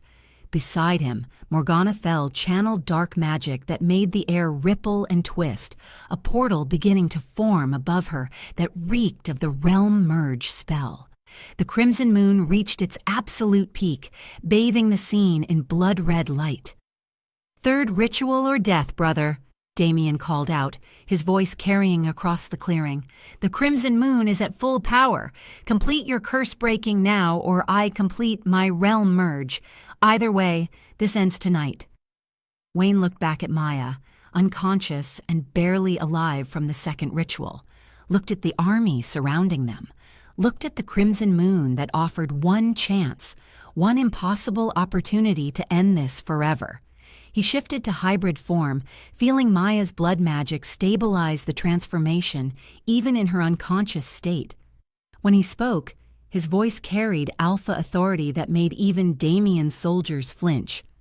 "We end this," Wayne said. "Together." Dawn broke over the forest with impossible beauty, painting the sky in shades of crimson and gold that would have been breathtaking under any other circumstances. But what made Wayne's breath catch wasn't the sunrise itself. It was the fact that the crimson moon remained visible, hanging in the lightening sky like a blood-red eye refusing to close. Daylight eclipse. The realms were destabilizing so badly that celestial laws no longer applied.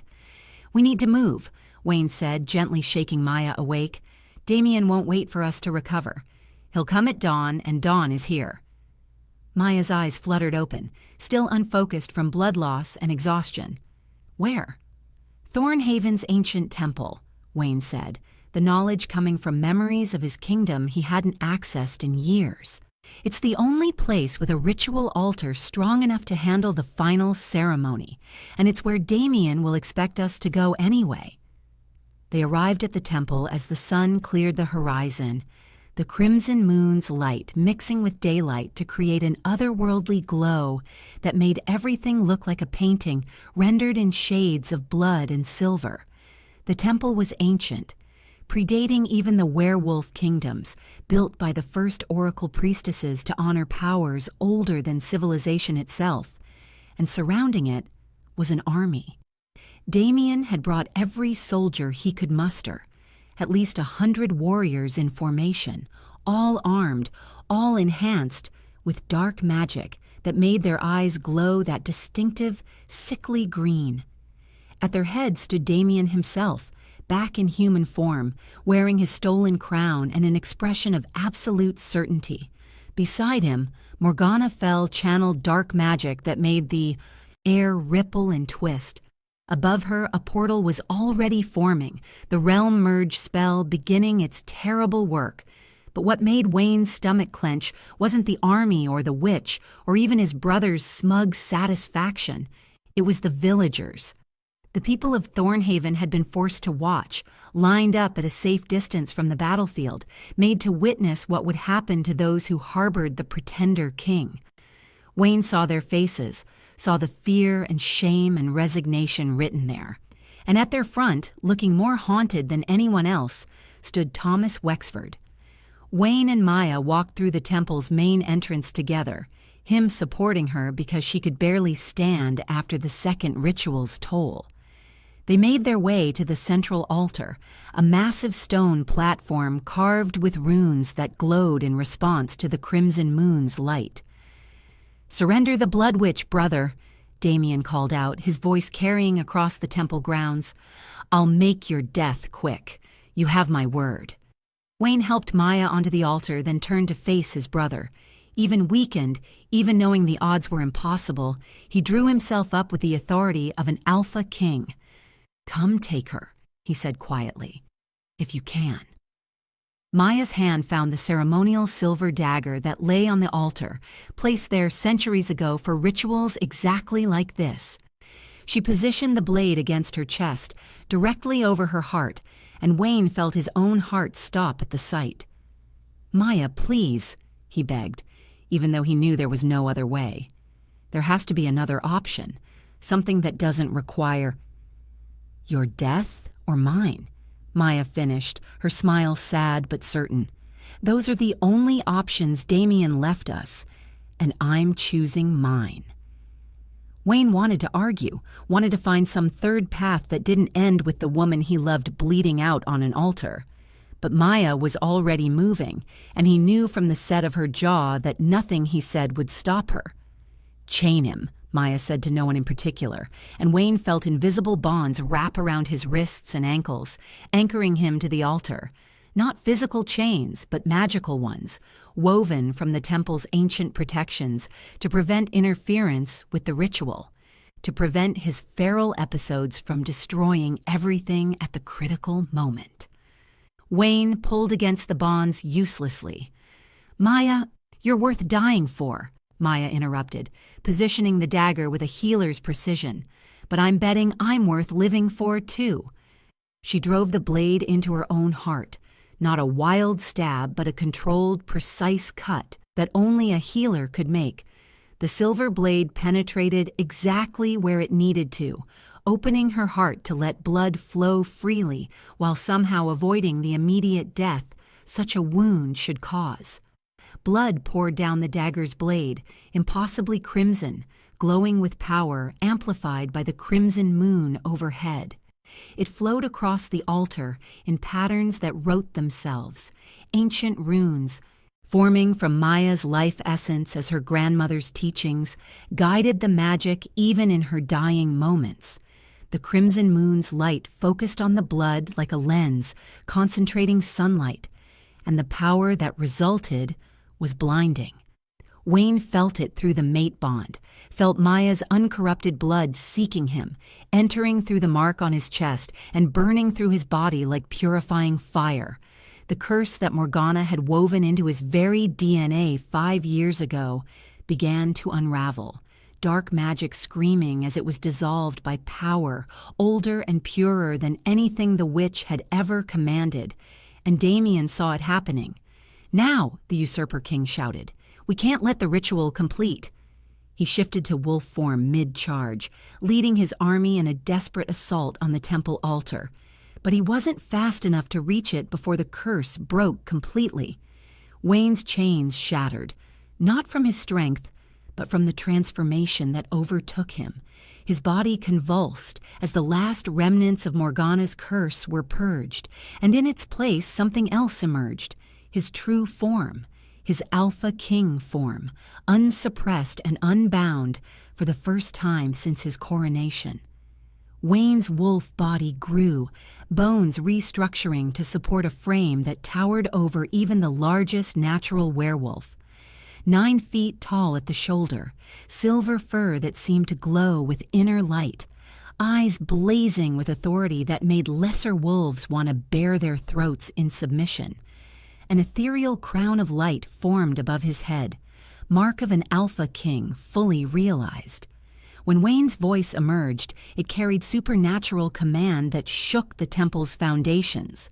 "Stand down!"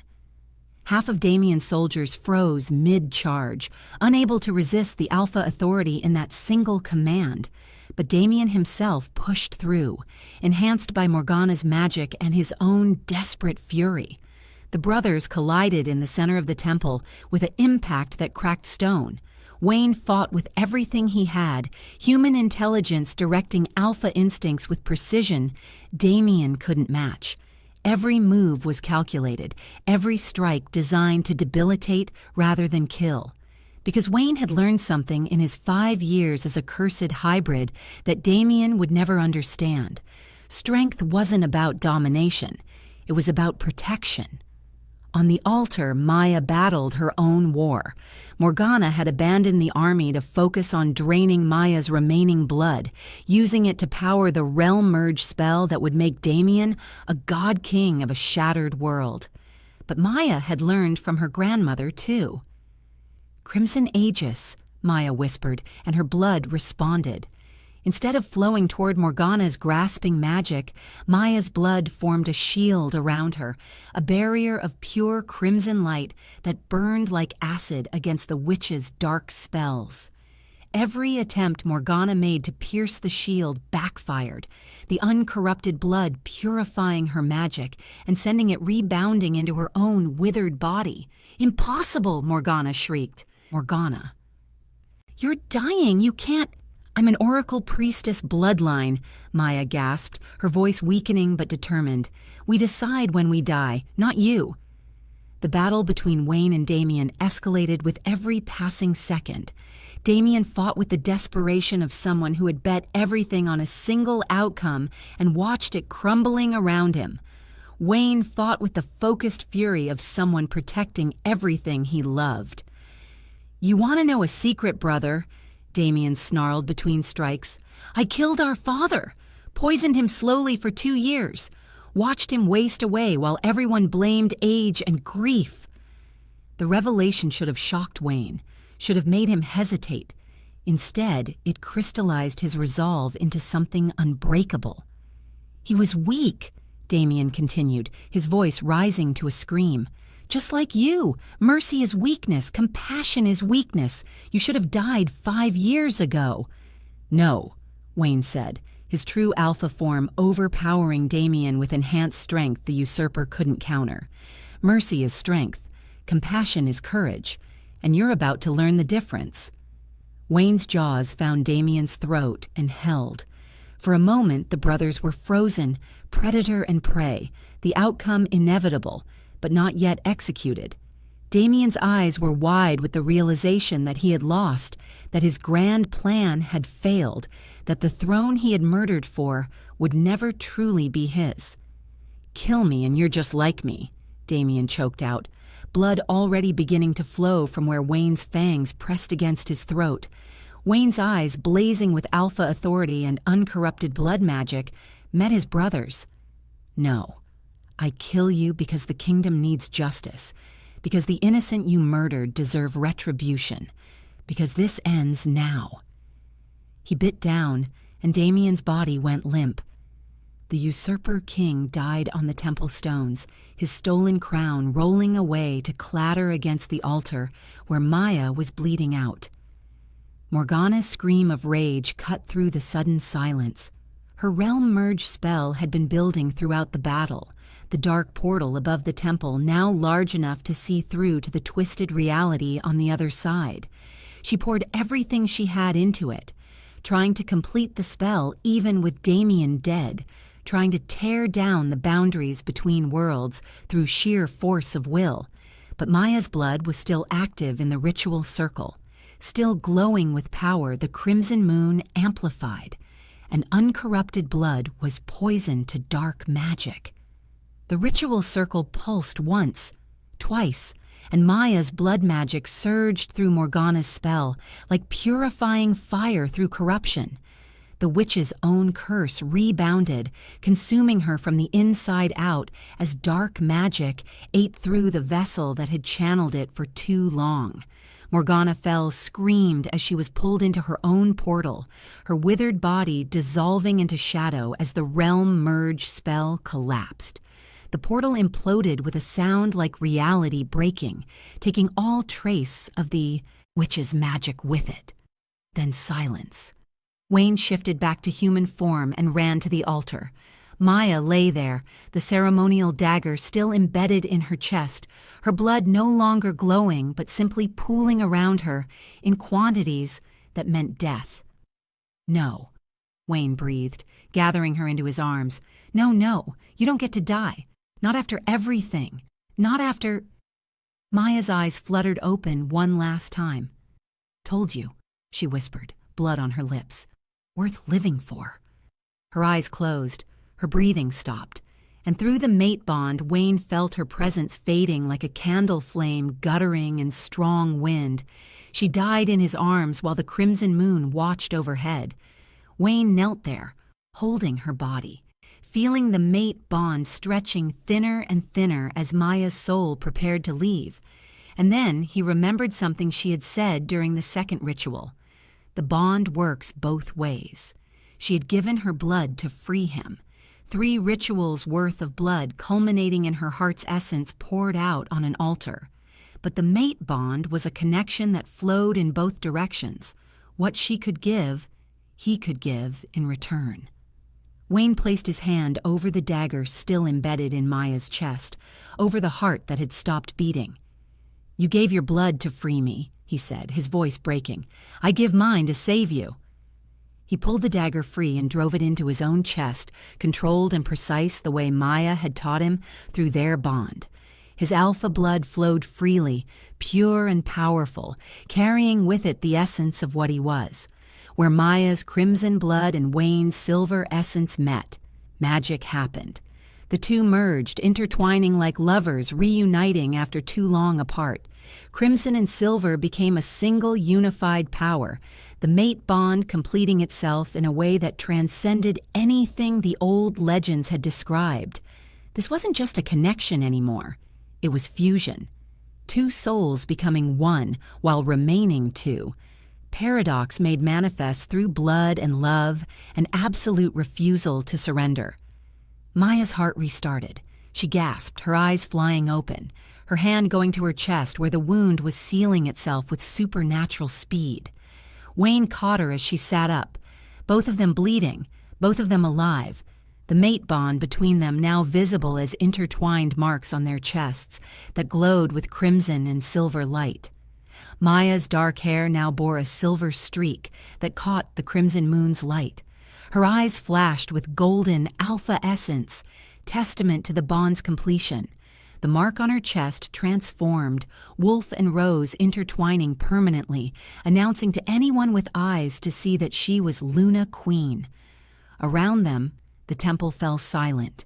Damien's soldiers had dropped their weapons, unable to fight without their leader's will to drive them. The villagers stared in awe and shame at what they had witnessed, and slowly, one by one, they knelt.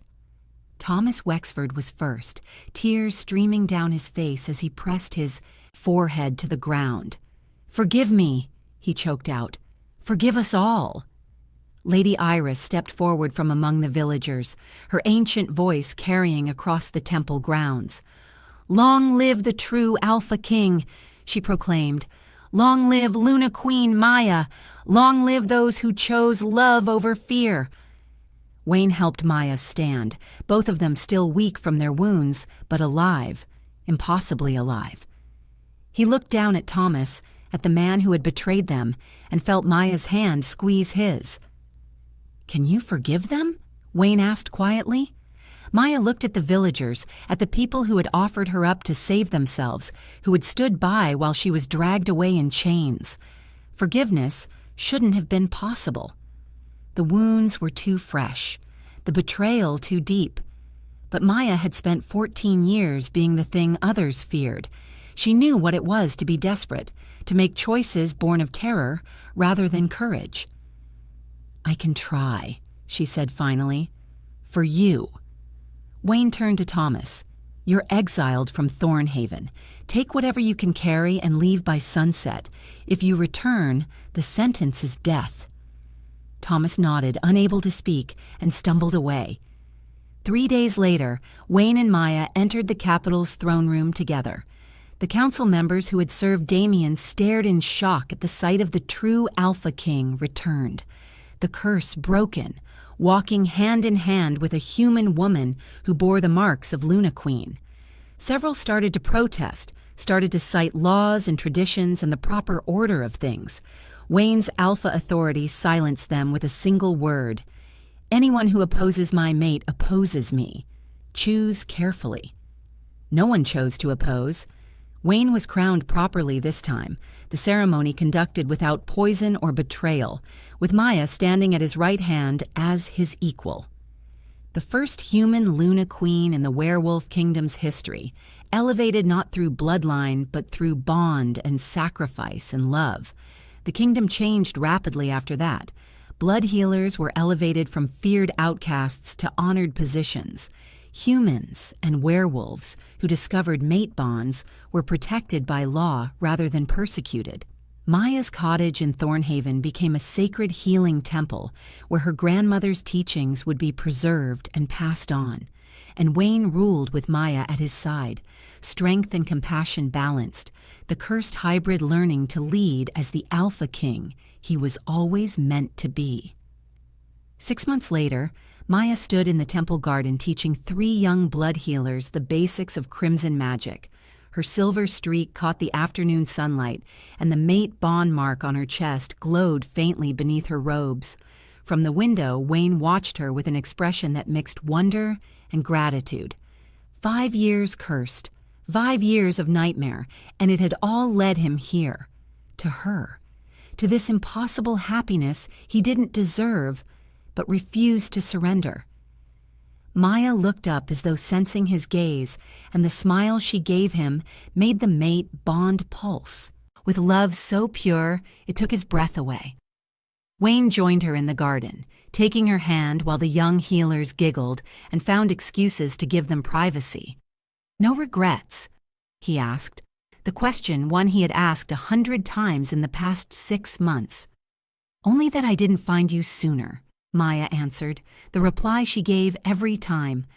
They kissed as the crimson moon began to rise again, the celestial cycle continuing, a reminder of what they had survived and what they had become. They had been outcasts, both hunted and cursed. Now they were king and queen, bound by blood and love. The kingdom had learned that true strength comes not from power or purity of bloodline, but from the courage to love what others fear. And in that truth, they had all been set free. If this story touched something in you, if Maya and Wayne's journey meant anything at all, I'd love to know where in the world you're listening from. Drop your location in the comments. And if you want more stories like this, stories about impossible love and the courage to choose it anyway, hit that subscribe button and turn on notifications. Share this with someone who needs to hear that even curses can be broken with the right person by your side. Thanks for being here.